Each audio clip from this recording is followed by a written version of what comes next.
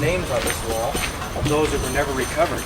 My name's Michael Green, and I'm the superintendent of this American cemetery, which is one of 24 American cemeteries outside the control of the United States that the American Battle Monuments Commission takes care of. And then we have two other statues. The first main statue at the beginning symbolizes honor. It's forever looking over the burial area, honoring those that are buried here. And two other statues along our wall, the missing, symbolizing memory, and this one symbolizes recollection. All the names on the wall, the missing, are alphabetical by service, beginning with the Army, Army Air Corps, United States Navy, and the U.S. Coast Guard. The map to my rear is all of North Africa, where the overall battle took place.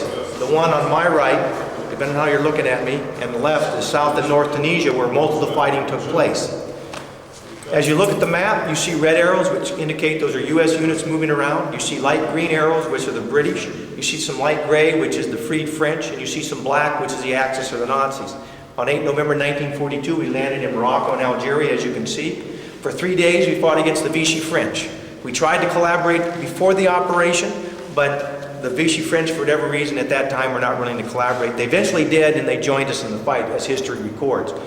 But we pretty much fought unresisted across North Africa until we got here to Tunisia, where the Axis forces were building up, and our first major battle was in Kasserine. The Tunisians built a monument in Kasserine with U.S. funded money, and it has not been officially inaugurated.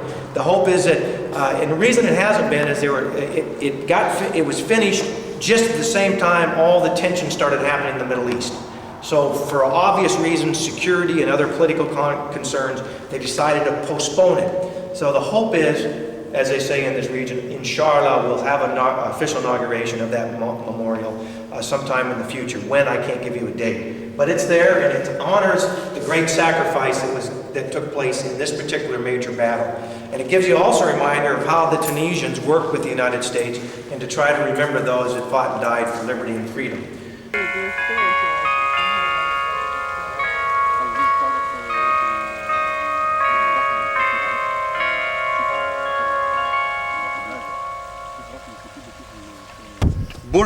Bulla is a Berber name of this site.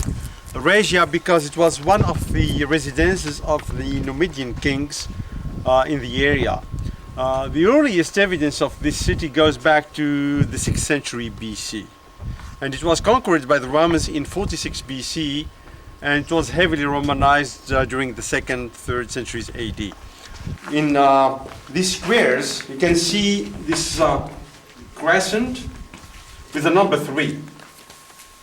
It's not very clear here, but still we have this hedera, so these heart-shaped leaves, and the crescent and number 3. This is the logo of a club called the Telegeni. In Tunisia, in northern and central Tunisia, were created associations that sponsored the games and sponsored public programs. And the wealthy people were very honored to be members of these clubs, and they were very proud to show they were members of those clubs. So this man who had this house shows on purpose he was a member of this association. And this is very typical of northern and central Tunisia, to be a member of a club that sponsored the public shows and programs. So here we have windows that opened on a shaft, which brought the light and the air to the room. And on the sides there were smaller rooms, which were the bedrooms. What's typical in this site and unique to it is the existence of Roman houses that had undergrounds dug in the ground, and these were used in the summer because the region is very hot. We don't find other amenities like a bath here, a theater, a public square with temples, basilica, etc. We'll focus on the underground houses, which are unique in the Roman Empire. The floors you can see go back to the 4th, 5th centuries AD.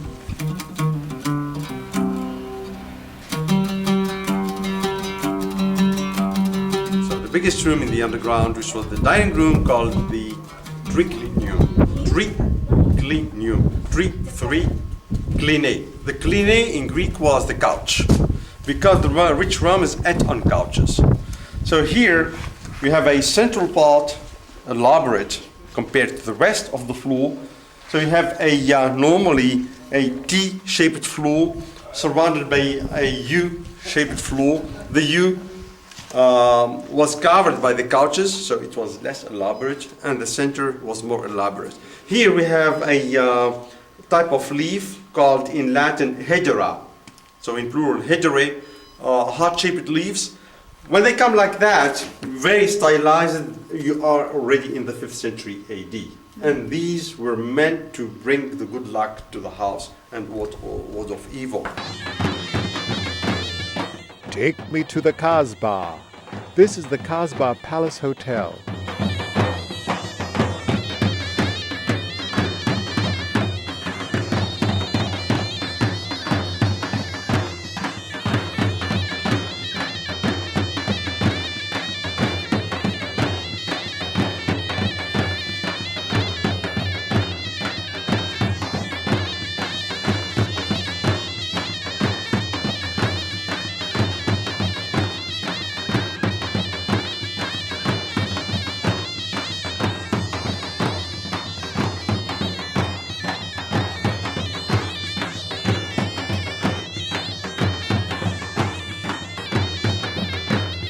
We have just entered the inner court of the Grand Mosque.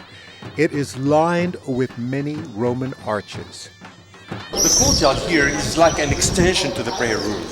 When they need more room, so they put mats during the big holidays.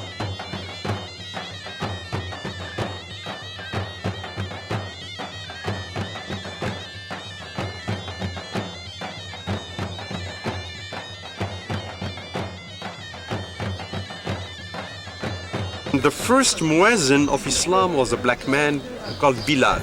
Bilal, you've saying that. Okay. Bilal, he's an Ethiopian who was a slave and was persecuted by the pagans in Mecca, whipped, etc., because he was Muslim. And so he was bought by one of the comrades of Muhammad and freed. Okay. And when Muhammad decided to call the people for the prayer, he appointed him to call. Okay. So these first words he pronounced to call the people for the prayer are perpetuated nowadays. So they are repeated 6 times a day, because there is an optional prayer, 6 times a day in all the Islamic world, from Muhammad's time to the end of the world. So it's said by a black man. In North Africa and Spain, you don't find the rounded ones like in Middle East, and only one minaret. When the Turks arrived to Tunisia in the 16th century, they introduced the octagonal minarets that you see in Tunis.